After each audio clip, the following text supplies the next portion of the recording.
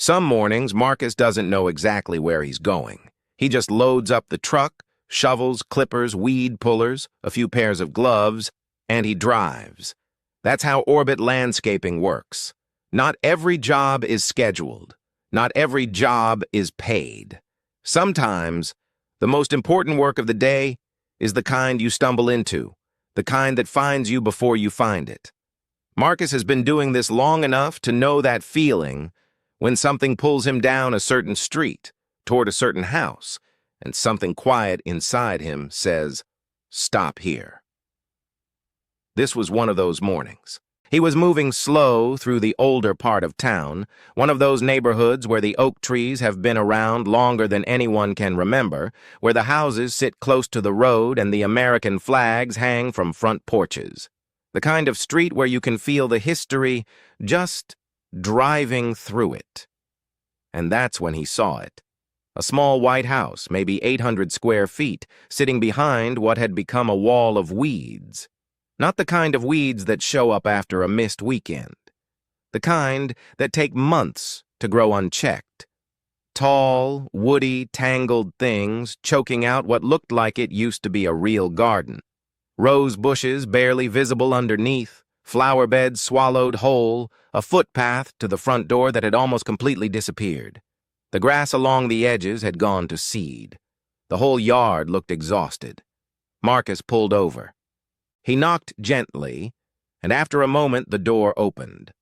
Standing there was a man named Harold, 79 years old, lean, with steady eyes and a handshake that still meant something. He'd served 2 tours in Vietnam with the Army Infantry and had come back to this small Georgia town, the only town he'd ever really called home, to build a life. He and his wife, Lorraine, had planted that garden together.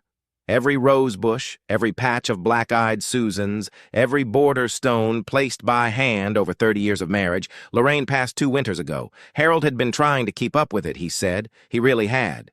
But his knees weren't what they were, and the arthritis in his hands made gripping a trowel feel like grabbing fire.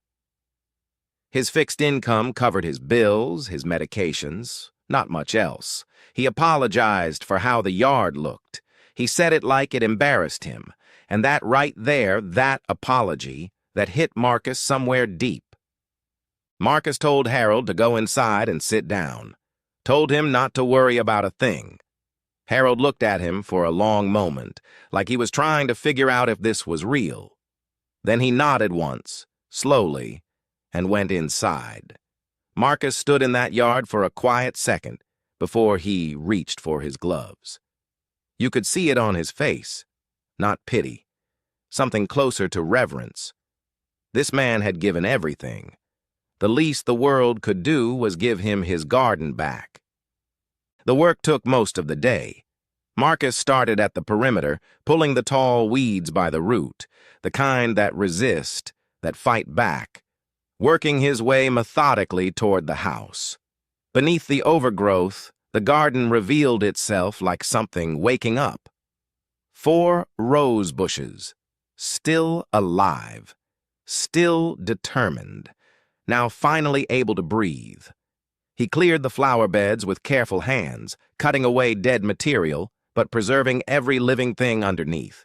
He edged the lawn, reclaimed the stone footpath stone by stone, and raked the entire yard until it was clean down to the soil. The rose bushes got trimmed and shaped. Fresh mulch went down around the beds. By late afternoon, the yard looked like someone loved it again. Before.